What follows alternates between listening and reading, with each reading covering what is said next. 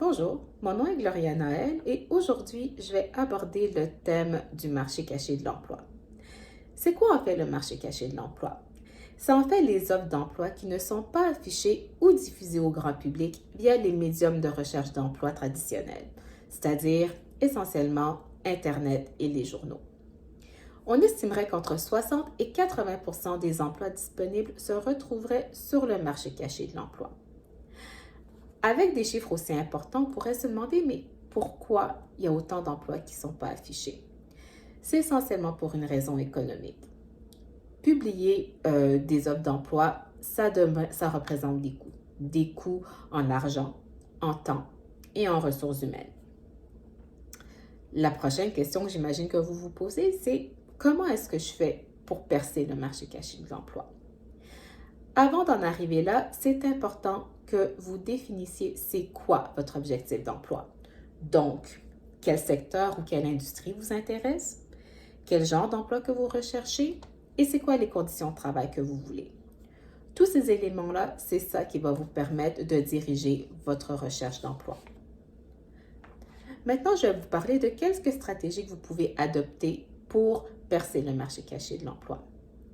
La première, ça serait la candidature spontanée. C'est quoi?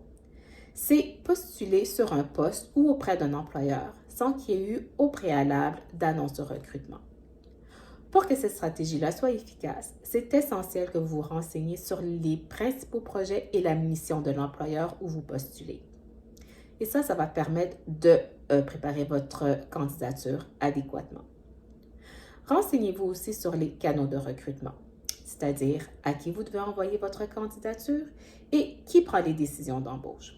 Ça a pour principal objectif de personnaliser votre candidature. C'est aussi important que vous incluiez dans votre candidature une lettre de présentation.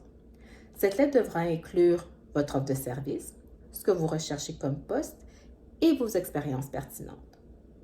Faites aussi un suivi auprès de l'employeur quelques semaines après avoir postulé. La candidature spontanée semble demander beaucoup de travail et d'énergie. Par contre, les avantages ne sont pas négligeables. Le premier, c'est que vous faites face à moins de concurrence. Ensuite, vous vous démarquez des autres candidats. Et aussi, vous démontrez votre intérêt auprès de l'employeur.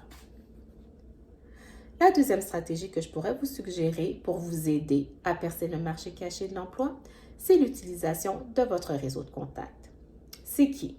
Tout d'abord, c'est vos intimes, donc les parents, la famille, les amis proches. On retrouve aussi dans votre réseau de contacts vos connaissances, donc d'anciens collègues de travail ou d'anciens collègues de classe, des personnes que vous avez rencontrées à travers différentes activités, que ce soit des activités de réseautage ou même des activités de loisirs. Comme autre contact que vous pouvez utiliser, c'est vos références, donc d'anciens employeurs ou des superviseurs. Ce qui est important à noter, c'est que ce n'est pas tous vos contacts qui seront efficaces pour vous aider dans votre recherche d'emploi. Vos contacts professionnels sont ceux qui auront le plus de chances de vous aider. Il y a certaines recherches qui ont été menées qui montrent que vos contacts professionnels pourraient non seulement vous amener à une embauche, mais aussi à la création d'un emploi sur mesure pour vous. La troisième stratégie que je pourrais vous suggérer pour percer le marché caché de l'emploi, c'est l'utilisation des réseaux sociaux. Le premier outil que je vous suggérais, ça serait bien évidemment LinkedIn. Donc, pour que cet outil-là soit le plus efficace pour vous, voici ce que je vous suggère. Donc, créez-vous un profil qui inclut vos formations, vos expériences de travail et vos compétences.